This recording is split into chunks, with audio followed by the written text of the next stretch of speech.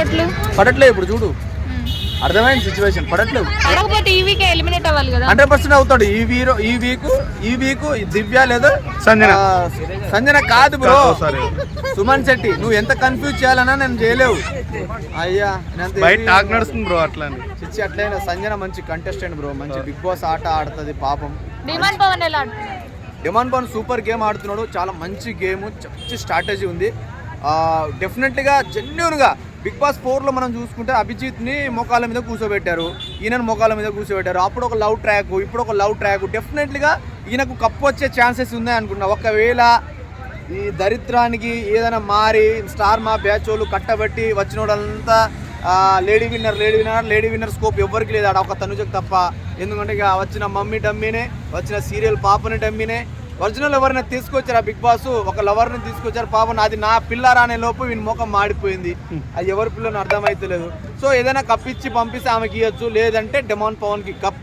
ఈ big boss season 8కి డెఫినెట్గా big boss 9కి హరుడు అంటే ఇప్పుడు టైటిల్ విన్నర్కి ఎవరైతే అర్హత బాగుందంటే నేను డిమాండ్కి అని ప్రిఫరెన్స్ ఇస్తాను. అంటే చాలా హానెస్ట్ పర్సన్, చాలా బాగుంది జెన్యూనిటీ.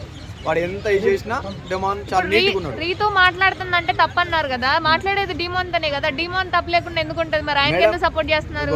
వాళ్ళు ఎన్ని ముద్దులు పెట్టినా ఏది చేసుకున్నా వాళ్ళు నీట్గా ఆడుతున్నారు గేమ్. నిన్న సంజన విషయానికి వచ్చేసరికి నేను సంజన కరెక్ట్ అంట, చేసేది తప్పే, వాళ్ళు మంచోళ్ళే, కానీ అలా చేయడం తప్పట్నా. నువ్వు సిచ్యువేషన్ బట్టి ఇప్పుడు రాత్రంతా మాట్లాడుకుంటూ పోతే రోజంతా నిద్రపోకుండా ఉంటారు కదా, అది నా బాధ. పాయింట్ చెప్పడంలో తప్పేం లేదు. ఇంతకుముందు గీత అక్క చెప్పింది, ఇప్పుడు సంజన చెప్పింది, తప్పేముంది మేడం? ఏం తప్పు లేదు అందులో. టాప్ 5 అయితేసి డిమాండ్ పవన్ ఫస్ట్ ఉంటాడు, సెకండ్ ఏమో ఇమానియల్ ఉంటాడు, ఉంటే థర్డ్ వచ్చేసి సంజన, ఆ తర్వాత ఫోర్త్ పవన్ కళ్యాణ్ నా వర్షన్లో. ఇంకా లాస్ట్ వచ్చేసి ఎవరు అంటే తనుజకు ఉండదా? తనుజ గేమే వేస్ట్ బ్రో. బయట కూడా వస్తున్నారు చాలా మంది సెలబ్రిటీస్. ఎలా ఉంటుంది? సూపర్ గా ఉంది brother, it's a great thing. ఎందుకంటే మనము లాస్ట్ వీక్ ఫ్యామిలీ వీక్ చూసాం, దట్స్ బ్యూటిఫుల్ వీక్. ఎందుకంటే ఎమోషన్ గానీ అన్ని కొని చాలా బ్లాక్ బస్టర్ అయింది. ఇప్పుడు కొత్త టాస్క్ ఏంటంటే ఓల్డ్ బిగ్ బాస్ వాళ్ళని కరెంట్లీ బిగ్ బాస్ వాళ్ళతో అటాచ్ చేసి టాస్క్స్ అయితే ఆడిపించారు. ఎవరు ఎనర్జీ ఎంత ఉంది, ఎవరు విన్నింగ్ కెపబిలిటీ ఎంత ఉందని తెలిసింది. సో 50-50% జరిగింది. So it's great feeling brother to watch everybody. అందరూ వచ్చారు కదా, యావో comedy, the simple city super brother.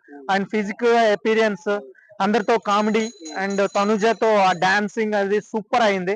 Next everybody who are old Big Boss ప్రోమోలో మన సోహెల్ థింగ్,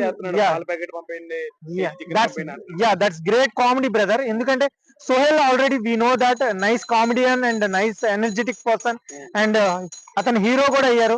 అయినా అదేమి మైండ్ లో పెట్టుకోకుండా సింపుల్ గా వచ్చి అందరిని ఎంటర్టైన్మెంట్ చేసి అతను కూడా ఎంటర్టైన్ అయ్యి, సో గ్రేట్ కామెడీ బ్రదర్. జరిగిన ఈ ఉన్న వాళ్ళలో ది బెస్ట్ ఎవరు అనుకుంటారు? ఒక ముగ్గురు. Tanuja, Emmanuel, Demon Pawan.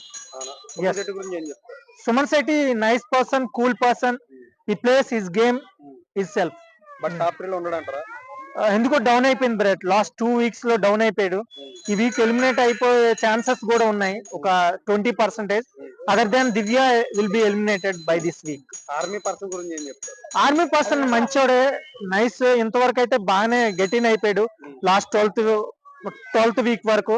మొన్న ఎందుకో డిమాండ్ పవన్ తో ఫైట్ చేశాడు, అంత వ్యాలిడ్ పాయింట్ కూడా కాదు అది. అంత తన్నేసి చైర్లు చేసేసి అందరు కంట్రోల్ చేయడం, రీతుతో ఫైట్ చేయడం, అది ఎందుకో అతని యొక్క స్థాయిని దించిందని నేను అనుకుంటున్నాను. Yes, that is not good way. అలా ఎందుకో అప్పుడప్పుడు మైండ్ పోతుందో ఏంటో నాకు అర్థం కాదు. అలా ఎందుకు అరిశాడో ఏం చేశాడో నాకు అర్థం అవ్వలేదు. కళ్యాణ్ గొంతు పట్టుకోవడం కరెక్టేనా డిమాండ్ పవన్? అది గొంతు పట్టుకోలేదు, అతను వాయిస్ ని ఆఫ్ చేస్తున్నాడు ఎందుకు ఈ ఫైట్ అని, అంతేగాని అతను వాంటెడ్లీ పట్టుకోలేదు. అది యాక్చువల్లీ డిమాండ్ పవన్ కూడా అది స్టాప్ చేస్తుండే బ్రో, ఆగ్రా అనే వాళ్ళిద్దరు ఫ్రెండ్స్ కాబట్టి అది కొంచెం హ్యాపీ మూమెంట్ లోనే చేశాడు. అది ఏమంత రాంగ్ గా ఏమి పోర్ట్ఫోలియో అవ్వలేదు. Yes, of course. నైస్, ఎందుకంటే ఆమె ఎంటర్ అయినప్పుడు కొంచెం రిమార్క్స్ తో బ్యాడ్ దీంతో ఎంటర్ అయింది. సో ఆ తర్వాత లవ్ ట్రాక్ అని ఇదని కొంచెం నెగిటివ్ వచ్చిన ఫైనల్ గా షీ వాజ్ చేంజ్డ్ లాట్ చాలా చేంజ్ అయిపోయింది, గేమ్ మీద కాన్సన్ట్రేషన్ పెంచింది. Already finally she got captaincy. So మంచిగా గేమ్ ఆడుతుంది. ఇప్పుడు టాప్ 5 లో ఉండే ఛాన్సెస్ కూడా ఆమెకి ఎక్కువ ఉన్నాయని నా ఫీలింగ్ బ్రదర్. చాలా మంది భరణి కూడా వేస్ట్ గా పెట్టారు, లోపల బయట పంపించారు, బాగుందన్నారు, మీరేమన్నారు? సారీ బ్రదర్, ఇక్కడ ఏంటంటే టాస్క్ ఆడే వాళ్ళు ఉంటారు, గేమ్ కామెడీ చేసే వాళ్ళు ఉంటారు. ఈయనలో ఒక ఫ్యామిలీ, ఒక ఇంటెలిజెన్సీ, ఒక ఒక ఆర్టిస్ట్ క్వాలిటీస్, ఇవన్నీ మంచి క్వాలిటీస్ కొన్ని ఉన్నాయి బ్రదర్. ఆయన కూడా he was trying to get captaincy but ఈ లాస్ట్ హిస్ కంటెస్టెంట్స్. ఈ వీక్ లో మళ్ళీ captain అవుతారంట. మీరేమంటారు? ఎవరు? ఇమాన్యుల్.